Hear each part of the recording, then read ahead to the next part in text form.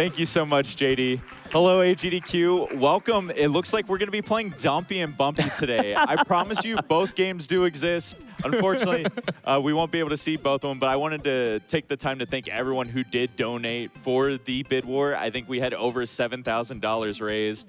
And for me and SK, who are probably one of the only two people to have played both of these games, I really appreciate to see all the buzz with it. And I want to give a quick shout out to Yin, who worked on Dandy and Randy. It's actually the game we found before both of these, and we hold that one near and dear to our heart. And hopefully we'll be able to see that one in the future. But for now, we're going to be seeing Dumpy and Bumpy. I'm Forky. I'm joined alongside SK. This is going to be a great one we have in store for you. This game is really fast-paced. It's got a lot of technical stuff. It's really easy to mess up stuff, and there's going to be stage transitions everywhere. So it might be hard to follow along at first, but hang with us. I promise you're going to be seeing a lot of exciting things. But do you have anything else to add, SK, before we start this run? Just as Forky was saying, thanks everyone who donated towards both these games. We're really excited to show off this one. Alrighty, without further ado, we'll count it down from 3. 3, 2, 1, go. Go! All right, this game at its core, it's going to be revolving around blocks and either putting them in a certain location or destroying them. As you can see right now, we're already past the first 3 levels. A lot of these are just really quick. This is like the tutorial sequence at the beginning here. You're finding a lot of your beginning stage conditions, which are cover all the markers, destroying the blocks. They're going to slightly change as we go too, because there's some that we have to like cover the blocks that are in the middle, but you're not allowed to destroy them. So it makes it a little bit more creative solutions. But yeah, once again, this World 1, we're just kind of blazing through it. There's going to be 8 worlds in total and even 10 stage on every single world. You go first. Oh yeah, that's right. And we have one of the stage conditions here too, light up panels. We're going to be seeing quite a few of these here as well. All right. This is Spiky Steve. Usually used mostly just like getting in your way, but it's also sometimes the only way to break blocks in a certain stage. So over here, Spiky Steve's gonna chase us. And one important thing is that in order to complete the level, only one of us needs to survive. So there are a lot of stages where one sacrifices themselves to finish the stage a little bit quicker. Sometimes necessary, sometimes unnecessary. There's gonna be some funny things that will be happening around the run. And there's a common theme in this game where there's usually one new mechanic that's added on each world. So we saw a bunch of new stuff in the first one. The new thing that's added in World 2 here is we have these sliding blocks now. You can tell them apart. They'll have those arrows that are on the end of them. They can only go horizontally or vertically, and they'll slide all the way to the wall and touch it. If you happen to hit it into a teammate, then they'll end up exploding. And so we got to be careful. Sometimes we'll do it on purpose. Like if it is a objective where we have to break all the blocks, then we might abuse some things like that on purpose. All right, so with these light up puzzles, it's possible to kind of do them together to some extent. So we call these a little bit of a handoff, just a little bit of a time save for some of these light up puzzles. This one, a lot of these stages are designed for 2 players in mind, so you just see each of us working on our own half. Yeah, it's important to note the dev, shouts to Program Answer. He made this game with co-op in mind. And so let me focus here a little bit. This is actually one of the hardest stages in the game. It doesn't look like it, but it's got a lot of like really tight movement. But yeah, he made a lot of it with co-op in mind, but the solo and co-op runs are exactly the same. You get the same puzzles, so they are completable all on solo as well. We're going to be seeing some cool strats. Like, we're kind of leading into it. You notice that I'm the green one for reference, and sometimes we're going to throw our teammate over to a certain spot, which will make it just a little bit more convenient. In some of the later stages, it's like impossible to get to some parts normally in solo. And so we're going to be throwing a player over and saving like many seconds on what would be the solo run. Sometimes we just have like little easier stages like this where we're just waiting. The Spiky Steve is going to be solving a little bit of stuff for us. Sometimes, yeah, that's our very first big mistake of this, kind of like setting it up. When you're throwing a block, you actually have a preview of where the block can be thrown. Same if you're holding up your teammate as well. So when you pick up a block, there's a little white dot that's in front of you. There's only one spot I can throw this yellow block here at the bottom to get the setup. So I have to get that right in order to solve that puzzle. But that is World 2 now done. Our new mechanic that we're going to be seeing in World 3, which is actually really funny, is we're just having these different kind of bombs. We had them shown up in World 1, but now we have some ones that we can push and throw. But for some reason, that's the only time we're going to be seeing them in this world specifically. So we get a little taste of it, but we're not going to be seeing those until a little bit later. But there are some really interesting levels that do revolve around that. Another pretty cool strat that we're going to be seeing here is we find these spikes and they bounce off each other. Normally, you'd have to lure both of these all the way around and break these walls down here. We have one of them bounce back quickly while SK stays up at the top to lure it back pretty quickly and get that one done a lot faster.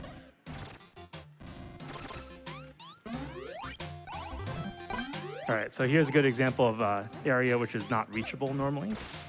So normally you have to have Spiky Steve just go around the entire stage and break all the blocks, but with two players, you can throw one of them over to do half of the work over there. Yeah, it's pretty common that for some of the levels, one player is mainly doing the navigation where one person does support. Another good example here, SK is going to be luring the spikes while I'm doing this and making sure they're not in my way. And it's just easy enough to complete the puzzle. We have tried to implement some handoffs in that level too, but it becomes really, really complicated and usually not worth the time save.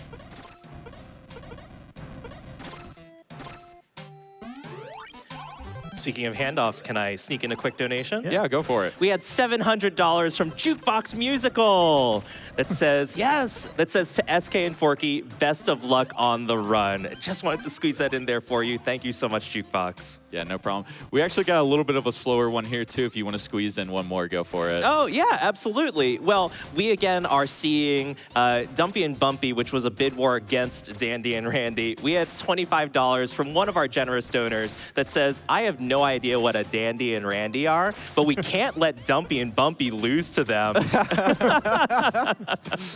Perfect comment there. Yeah. This one is notoriously one of the hardest ones, too. We have one person doing the roll here, and we got to make sure the spike is destroying every single one of these blocks. I messed this up so many times in practice, so I'm happy we got that one first try. We should mention that there's a little bit of an exploit with Spiky Steve. It'll show up in some of these later levels. But basically, when Spiky Steve is not moving, there's a little bit of time where you can actually walk through him. I need to focus on this one. Yeah. World 4 introduces teleporters, as you can see. This is probably some of the most complicated puzzles to solve casually, but they end up being a lot of really quick solutions. They're going to look really crazy, like especially with that one. And yeah, sometimes we're going to make cues for us just so we remember. The run goes so quick that it's easy to like mix up what some of the levels are. I think I can finish yours. All right. Oh. It's okay. Yeah, this one's a pretty complicated one because it's got a very specific setup to make sure those spikes aren't hitting SK there on the right side. All right. You can cover up the teleporters with blocks. That's why this stage goes by really quickly. Spiky Steve is normally just like running around the entire stage, but by covering up the teleporters carefully, you can get him to stay on one side, out of our way. Yeah, he pops up quite a bit in this world, too. He's going to pop up here. We have a notoriously really fast one. We're going to sacrifice Bumpy there and have the bomb land on him to take him out. And once again, we have another pretty slow spike luring one. Yeah. So if you got one more shout out to do on comms there, JD, take it away. Oh, I've got plenty, so feel free to go ahead and share that whenever you are ready. We had a $50 donation from Cor that also contributed to this bid war, saying donating for the Dandy and Randy versus Dumpy and Bumpy bid war on the side of Dump Truck and Bump Truck. I love that. We also had a couple of other funny names. We had a $50 donation from one of our donors that says, putting my donation toward Clumpy and Frumpy. I mean, Dumpy and Bumpy. Yeah, shout outs to GDQ staff for really encouraging that too. It's been nice to see everyone having fun with that throughout the week. And it's really great because they do have silly names. I just want to say though, the people who did make these two games that we were bidding against have absolutely no affiliation with one another. I'm going to reset this, by the way. They just happen to have somewhat similar names, but it was really cool to see both of them have a chance to make the stage. But yeah, that's going to conclude it for World 10. We have World 4, World 10, I don't know where that came from. We have probably the best and the worst world coming up here. We have Golfland. It's a totally new mechanic that's coming up. Simple enough, you got to get the ball in the hole. There's not really RNG per se in this game, but there's a lot of like specific pixel and we believe sub-pixel movement too. So this level in general is going to have a lot of specific stuff that we're trying to do to line up. And they will not work out perfectly every time. So we have a lot of backups. And don't be surprised if we do have to restart things from time to time. Because this one's just notoriously a really big run killer. And you're going to be seeing that a lot later with 5-10 here. 5-4 is just a quick setup. We're going to try to get a bite here. And hopefully we get that to play nice too. They are really quick levels for the most part. We're going to see that again here with 5-5. We're just going to have a really straight setup here.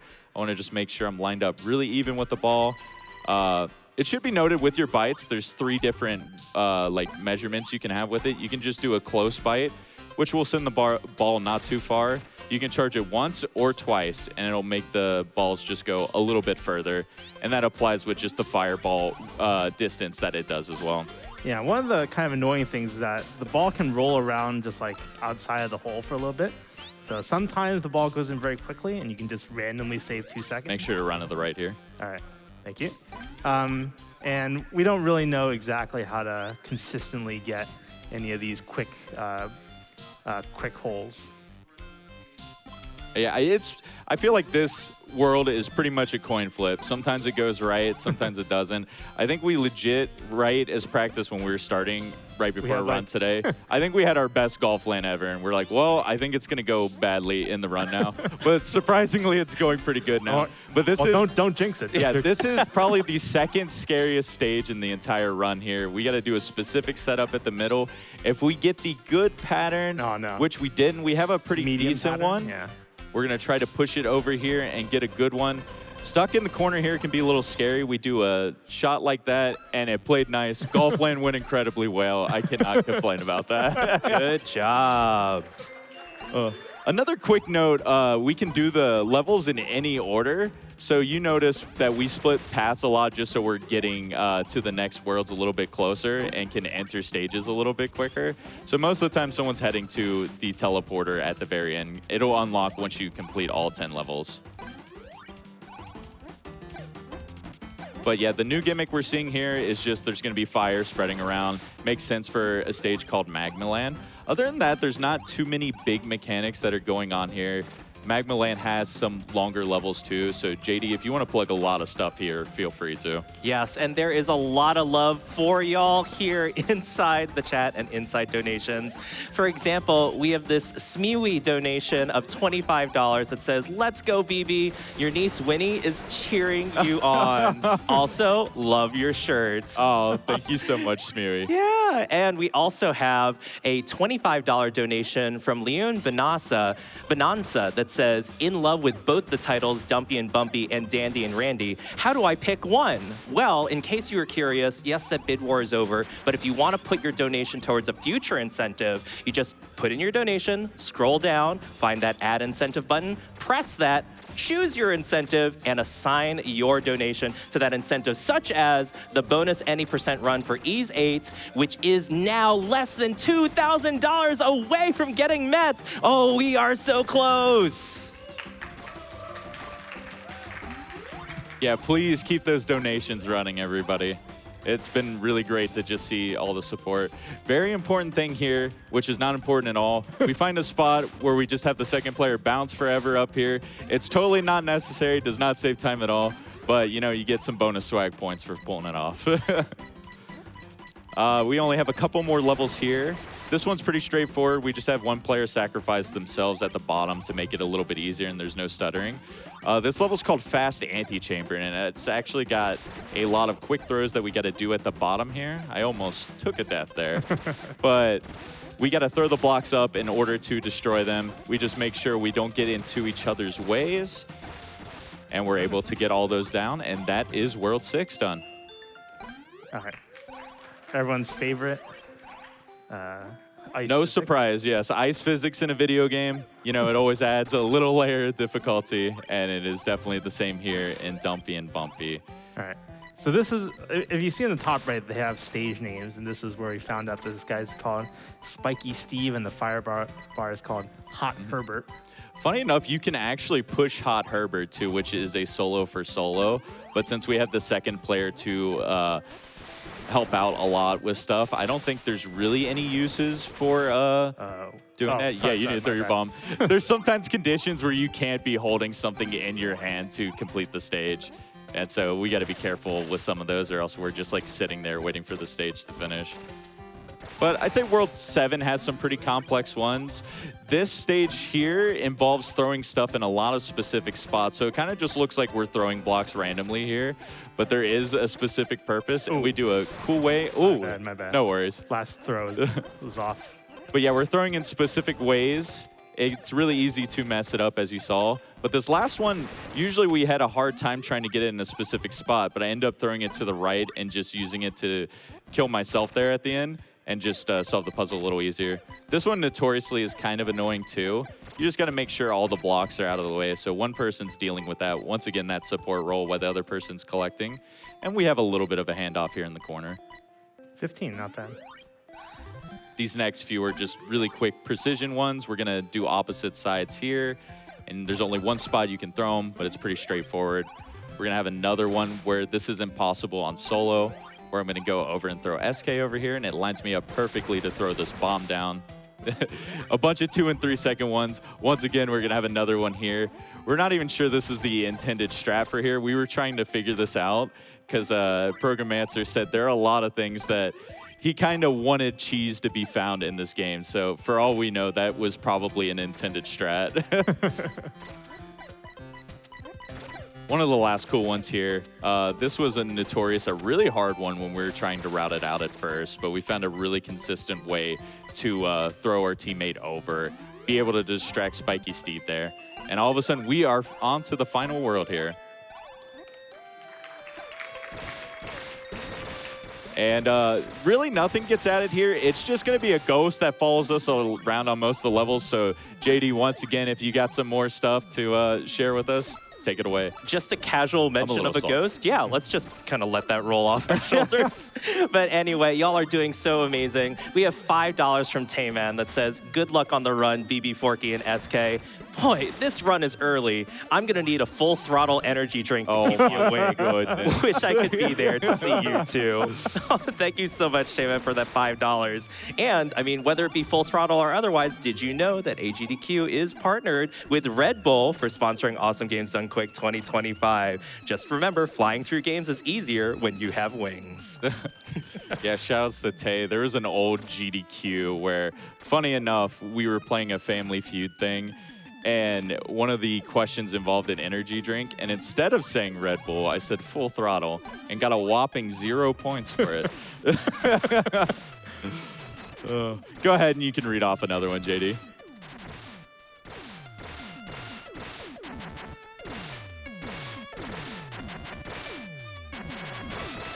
Ooh, the diagonal bite.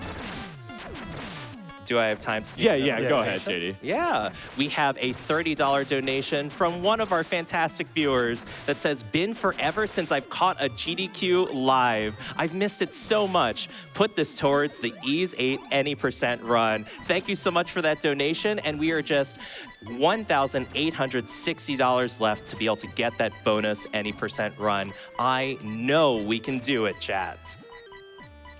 Yeah. As JD mentioned earlier, he's like, you guys are just glazing over the ghost that easily. And normally the ghost would be a problem in this run, but they start by moving so slow and gradually get fast. And in fact, in earlier levels in this game, after 2 minutes have passed, more ghosts will just spawn on any stage. But since we're doing the levels so fast, they are never an issue. Except on this one, if you notice, there are a lot of ghosts. This is probably the worst stage in the game. There's a lot going on for it. And we're going to be moving this torch slowly but surely and trying to wake up these ghosts. And depending on where our positions are and where this ghost goes, we have to adjust with where we're going at the end here. We're not going to push this torch to the very, very end because we're going to grab one of our teammates and throw him over there. And hopefully this ghost plays nice. We're going to do that. Nice. And perfect. That one could easily go wrong and waste so much time. Well done. Shout outs to Hugh Man Fist for that idea. And we are on to the final stage already. This is the one and only boss that we will see. Time's going to come up when we enter the credits sequence, which we will trigger after this boss is done. We are getting a good pattern so far right now. He can shoot bombs at us every so often, so him being able to do that, we got to be careful. Yeah. Bombs can just kind of fly everywhere and just screw up everything, and sometimes you just got to let them take its course. But he's going to keep going around. I went a little bit early there. That should be a fine one. I don't see another bomb going. We're just going to keep trying to alternate and make sure we don't go in someone's way. One more? Okay. Oh. No worries. Try to get that corner one. Nope, one more. There we go. Time will be coming up pretty soon. Important note, no reason you can just throw someone out of bounds there. It does nothing. We found out you can't hit them out there. All right, and time. GG's. Oh my goodness. Sub 20. Sub 20 indeed. Forky, SK, any shout outs that you'd like to share? Yes, actually. We mentioned him a couple times, but shout outs to Program Mancer who made this game. Both of the guys who were up in the Bid War are both solo devs, both indie devs, and I gotta say, support your indie devs. They make great games like this. Like, it's surprising. I didn't think this game would be as good of a speedrun as it was, but it's been so fun. The past 2 years now that we've been playing it on and off. Yeah. So please check out Dumpy and Bumpy and Dandy and Randy. They're both on Steam. I think they're both on the main consoles too, with Switch and Xbox and stuff. Check it out. They're both cheap. Even if you're just casually playing it, do that. But there's not a lot of runners too, so if you want to speedrun it, please join us on there as well. Other than that, shouts to my roommate Scott, who lent me his controller as well. Mine was acting up earlier this week, so I think without it, maybe we would have saw that run go a minute or two longer. Do you have anything to add, SK? No, just shout outs again to Programmancer and Yin for making Dumpy and Dandy respectively. And thanks everyone for watching. Yeah, thank you GDQ staff for accepting the bid war. And that's it.